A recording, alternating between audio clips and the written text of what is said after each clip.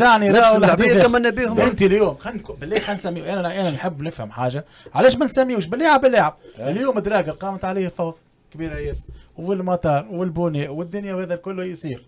اليوم دراجر بعد الشكشوكه اللي عملها لك سامي طرابلسي ابريم في ماتش مصر في مصر، جاب الافكتيف والمستوى اللي قدمه دراجر، انت كمدرب وسكاوتينج تجيبه ليه ما يجيش راهو مش دراجر هو اللي خسرك في البطوله. لا نحكي لك نمشي لك باللاعب هذا اللاعب الاولاني قلت لي لا ثاني شكون معز حاجه علي مستوى كبير في اتحاد المونستير وكذا وكذا، مستوى كبير في البطوله التونسيه، البطوله التونسيه هاورينا معز حاجه علي عطاه يلعب الليغوش وتحكم عليه. يعطيك الصحه اليوم ثم سوء تصرف في اللاعبين في الرصيد البشري. يعطيك الصحه في الرصيد البشري. كان جاي ماهر الكنزاري كان ينجم يعمل بريستاسيون خير. يوظفوا ما يوظفوا خير كما قال لك. ماهر الكنزاري لينا لاعب ديجون في الكولوار. الياس العرعار اليوم هذوما هذوما اللاعبين نحكي لك فيهم اللي جاوا في الميركاتو هذا العرعار.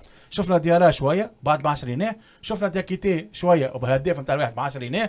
يعني بصراحه انا قلت لك بالدخله اليوم قلت لك الترجي يلعب بروح حمزه رفيع ما فماش فكر لا حمزه رفيع طور بصراحه طور برشا. طور وقتاش؟ طور في 3 مباريات الاخيره يلعب لا كي خذا طون جو. انا والله صدقني كيريت سونتراج نتاع الياس احسن لاعب في الدربي. الياس بوزيان كي دخل عطاك السونتراج في المباراه ما فريتش ماتش كامل شكون عمل سونتراج كيما الياس بوزيان.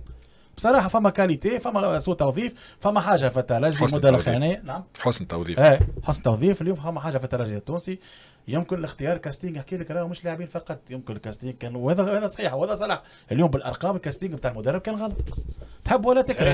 اليوم المدرب كان غلط والترجي كانوا اقلته قبل ماتش الديربي. انا نقول لك انا من الاول من خرج من وقتاش من بعد ماتش سان داونز. من بعد ماتش سان داونز بالنسبه لي انا يمشي على ايه هذا جايبته بشده 3 ماتشات. ما هذيك هي المشكل غاديك المشكل غادي